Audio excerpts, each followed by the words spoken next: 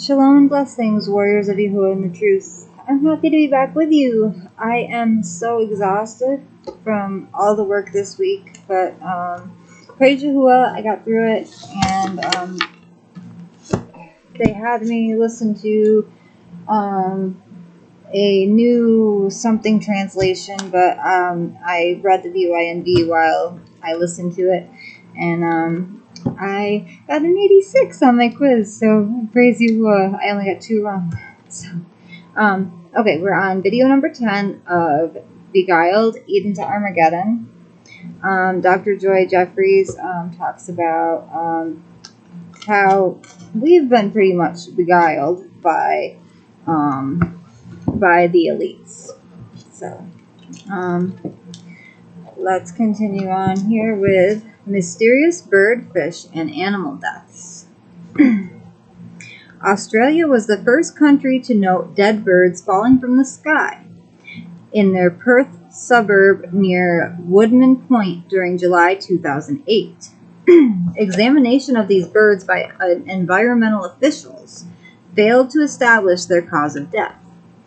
More birds in that area died in May 2009, and fenthion, a pesticide, was noted in high concentration within autopsies. Could humanity be at fault for disasters happening on Earth, or is there an even bigger culprit? On April 5, 2008, BBC News from England issued the report, U.S. Fears Over Honeybee Collapse, in which Californian beekeeper Gilly Sherman expressed, "It's worse than last year, and last year was worse than the year before." It is well noted by environmentalists that bees are very unhealthy. At the same time, quail, bat, and frog or amphibian populations have been declining since 1999. Pesticides have been blamed for these animal declines. It seems pesticides containing clothianidin, created by Bayer, the same company that makes aspirin, involve a systemic when ingested causes disorientation, immune system failure, impaired homing, bizarre flight activity, and loss of smell. This pesticide has also been cited as a possible culprit for honeybee collapsed colonies. But in April 2007, a German study researching bee population decline pointed a finger towards electromagnetic radiation interfering with bees' navigation systems. Mobile phones that generate electromagnetic fields and their ill effect on honeybees were studied by Swiss researcher David Favre in 2009.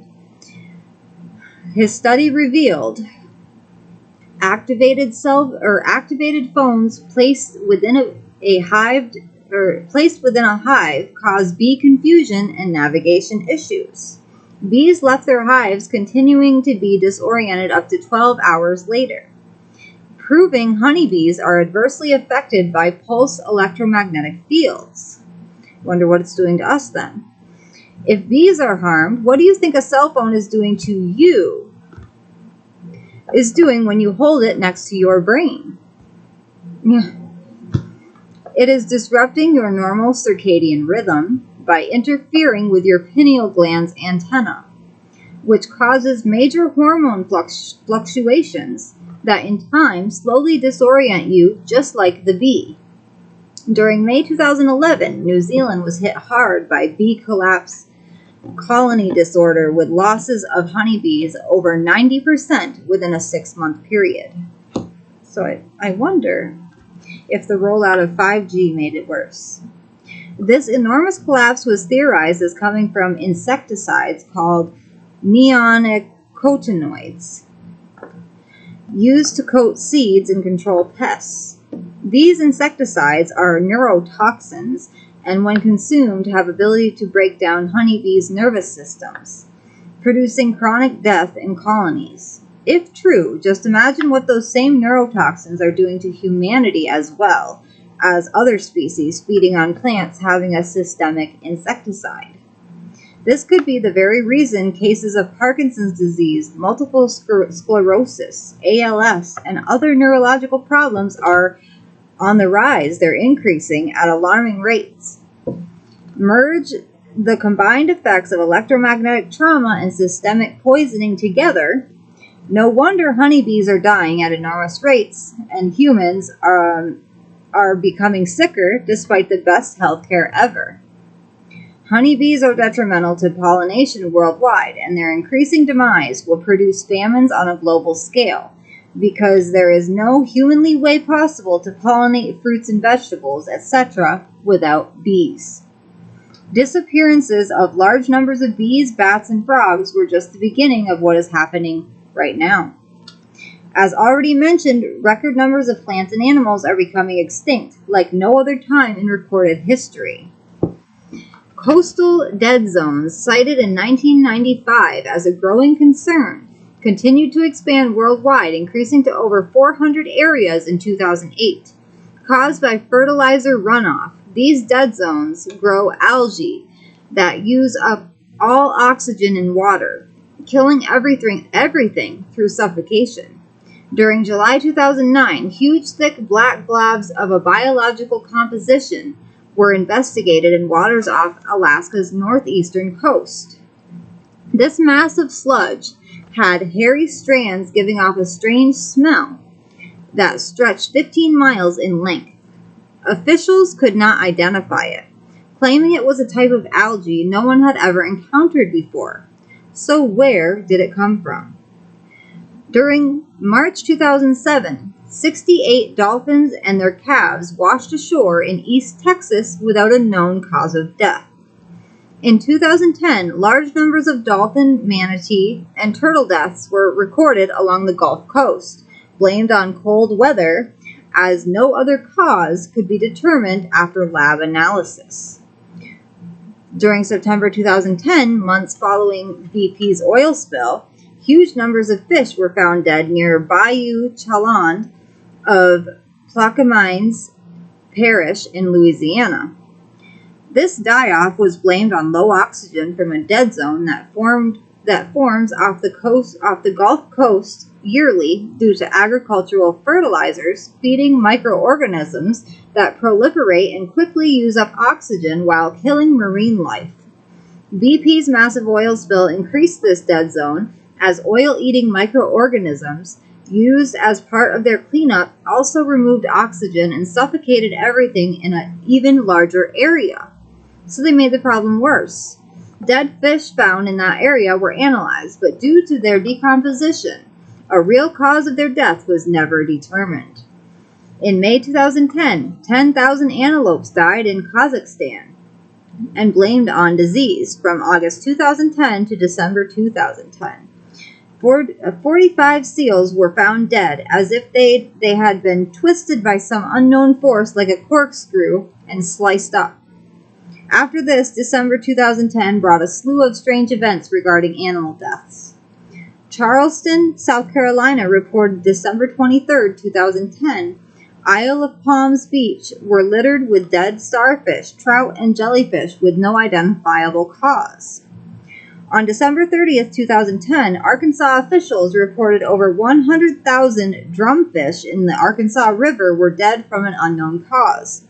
While on the same day, people in Brazil discovered millions of dead sardines, croaker, and catfish, estimated to be over 100 tons washing ashore without a cause of death. Then December 31st, people in Arkansas witnessed 5,000 red-winged blackbirds plummet from the sky, while over in Vietnam, 150 tons of dead red tilapia was washing ashore.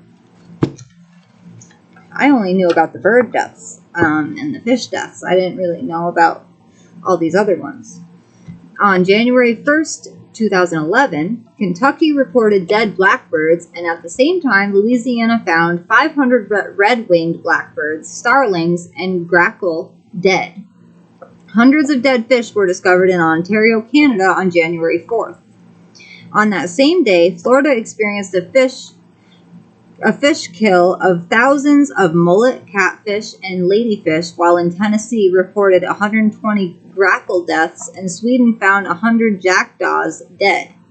Then on January 5th, Maryland officials noted 2 million spotfish were washing ashore dead, while Texas reported 200 American coots dying, and in New Zealand, hundreds of red snapper were washing up dead. England found over 40,000 dead devil crabs, along with starfish, sponges, sea urchins, and anemones washing ashore on January 6th, while South Carolina noted many thousands of dead menhaden fish, and Tennessee declared more grackle had been found in various other counties dead. On that same day, Italy discovered over 1,000 turtle doves dead.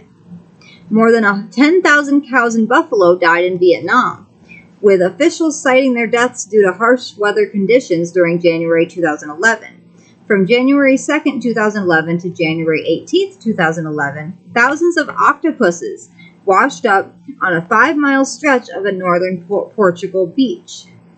200 cows died in Stockton, Wisconsin, supposedly from toxins on molded sweet potatoes they consumed during January 2011. January 11th, 2011, a total of 100 dead birds were found south of Geyserville, California. I hope I'm pronouncing that right. It was reported January 25th, 2011 from Colombia that a light in the sky had been witnessed, making a humming noise over water, where thousands of fish were later found dead. When examined, these fish had burn marks on their bodies. Was something killing all these fish and animals from the sky using a form of microwave resonance? Something mysterious was seriously behind such massive numbers of animal and marine deaths occurring worldwide, simultaneously in places like Brazil, Canada, Chile, China, Haiti, Italy, Japan, New Zealand, the Philippines, South Korea, South Africa, Sweden, Thailand, Turkey, the United Kingdom, Vietnam, Arkansas, Florida, Illinois, Kentucky, Louisiana, Maryland, Michigan, North Carolina, Tennessee, Texas, South Carolina, and so on and so forth, many more, etc. 1 million menhaden fish perished in Sebastian Inlet near Palm Beach, Florida, February 4th, 2011.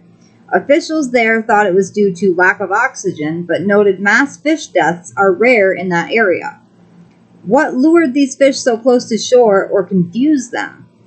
The trend continued February 17, 2011, when thousands of sharks were filmed extremely close to shore in Boca Raton, Florida, forcing warnings to beachgoers to stay out of the ocean. Something was changing normal patterns in their migrations and bringing them into areas with not enough oxygen in shallow water to sustain their enormous migratory groupings.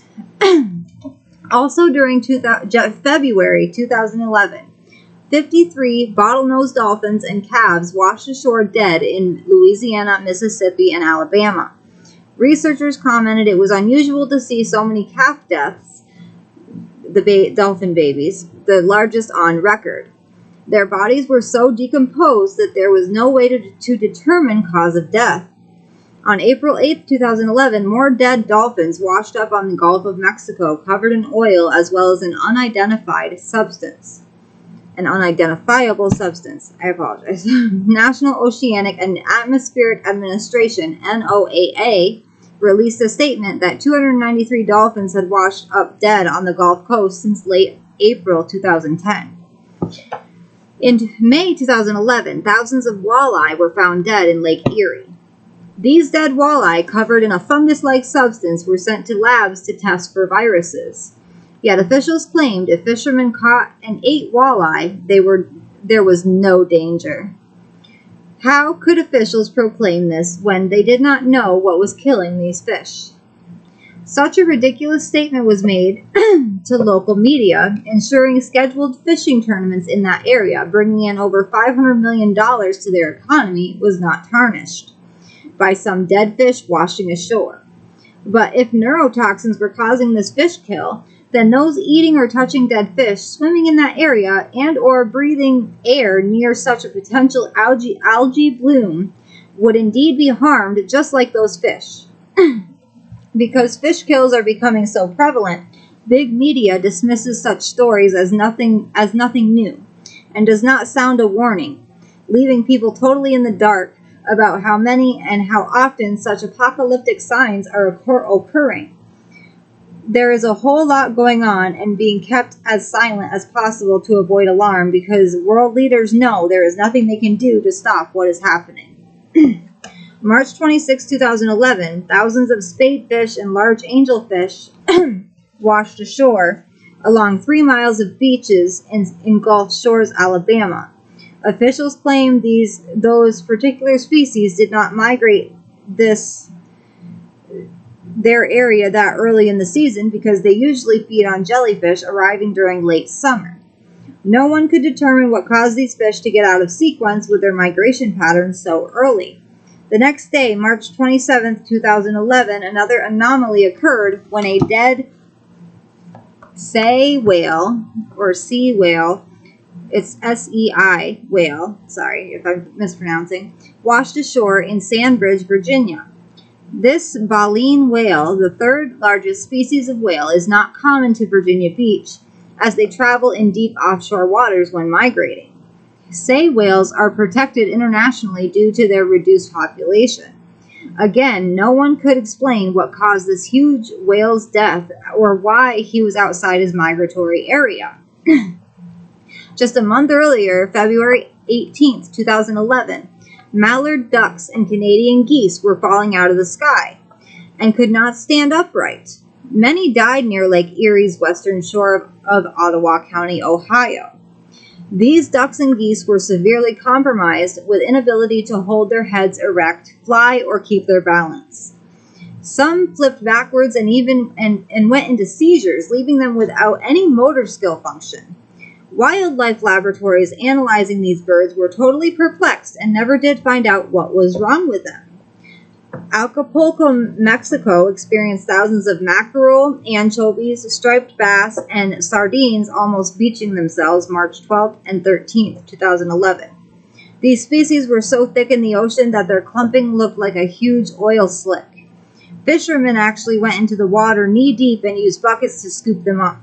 According to the U.S. Geological Survey, a cause for this strange gathering of fish could not be explained, only that it did not follow the tsunami and huge earthquake in Japan.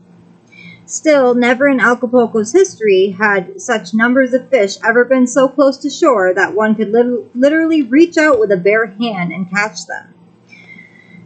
I apologize. 1 second, guys. I apologize. I had to pause to go get a drink real quick. Okay, so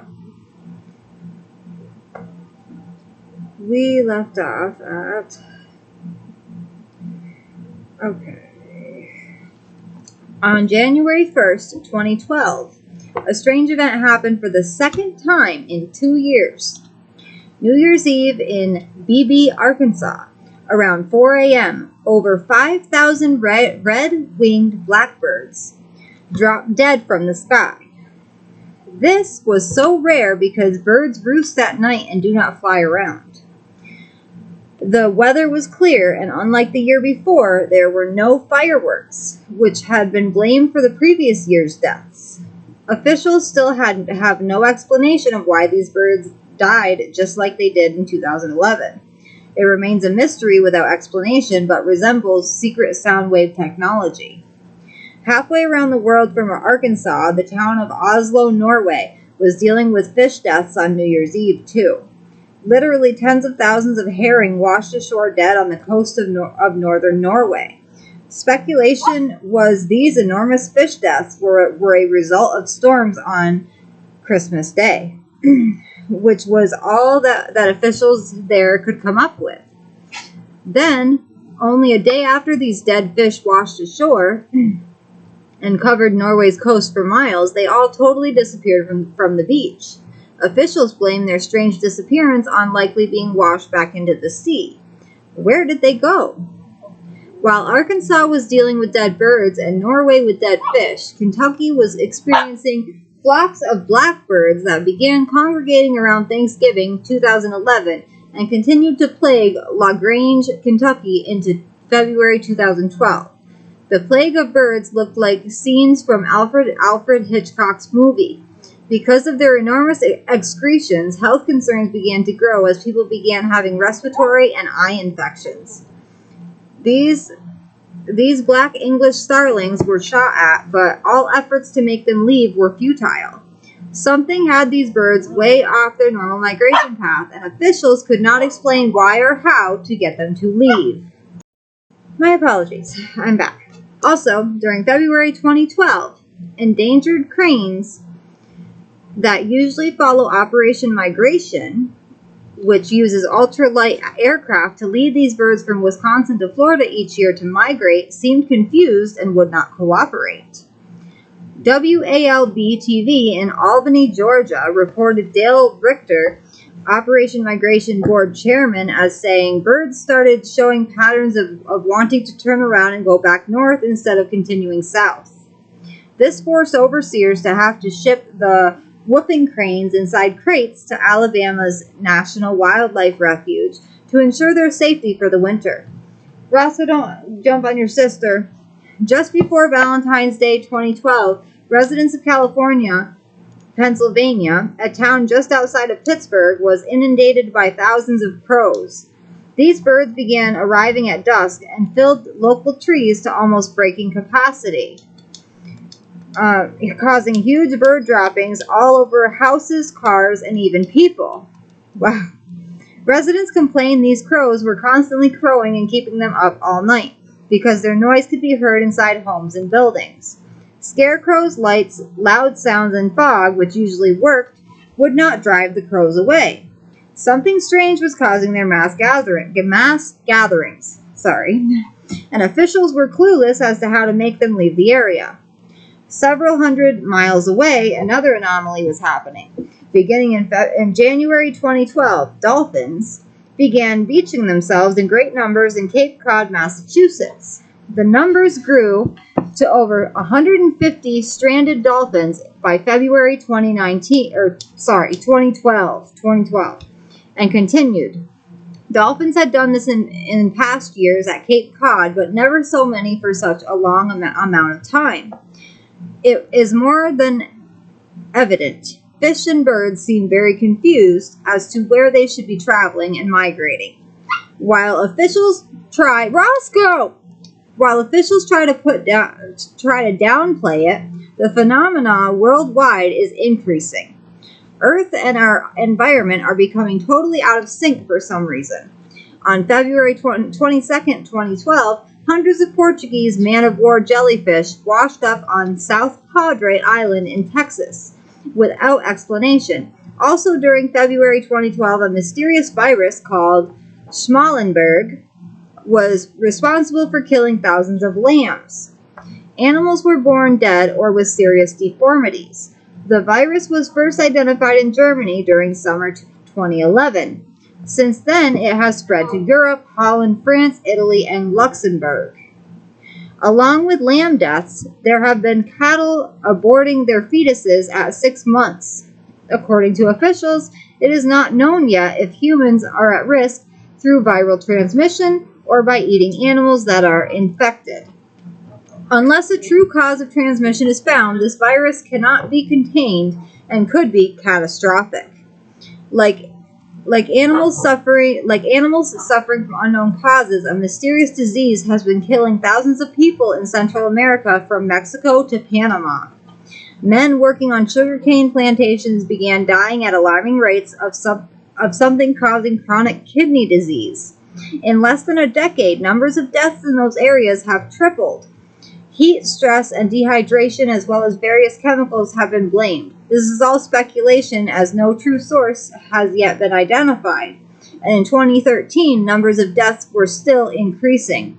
Similar mysterious kidney disease was reported in Australia, Egypt, and India, among those harvesting other crops like corn, rice, and sesame, all of which are genetically modified.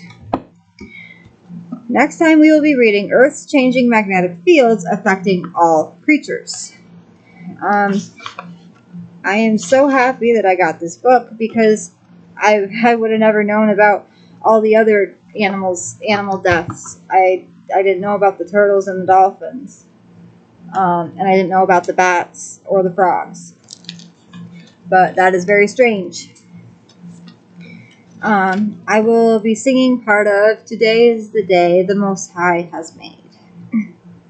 Today is the day the Most High has made. Hallelujah. Praise Yahuah. We will rejoice and be glad in it. We therefore must endure the hardship as good soldiers in Yahuah's army. No one engaged in warfare entangles himself with the affairs of this life. Yahuah is with me. Yahuah is for me. Yahuah is greater than all of these things. If Elohim is for me, then who can be against me?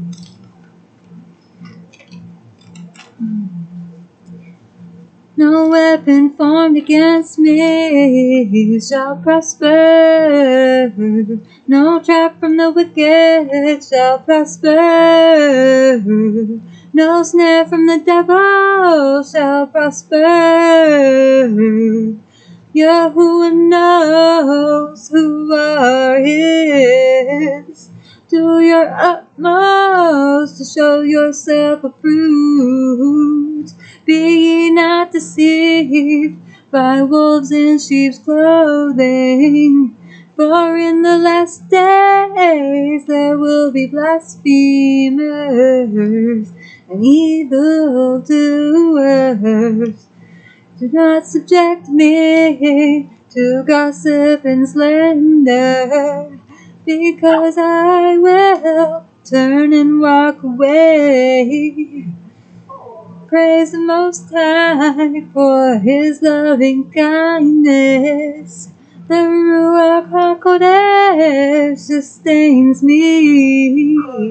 Do not subject yourselves to the wicked. It will only ever end in strife. Do not cast your pearls onto swine. Yahuah says, stay steadfast, keep my commands, for I call you mine. Resist the devil, and he will flee from you, and purify your hearts. Cleanse your hands, ye sinners, and purify your hearts, ye double-minded. Be afflicted and mourn and weep.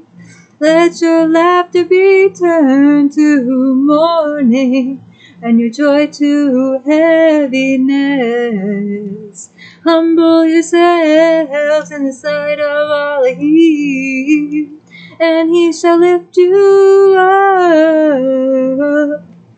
He will wipe away every tear that you cry. Subject yourself to me, and bear much fruit. And that was Last Days. I didn't want to make this video too long, so I didn't sing the choruses in between, but I hope you guys enjoyed the praise for Yahuah, and I hope you guys enjoyed the lesson today.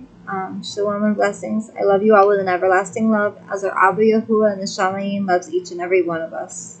Shalom.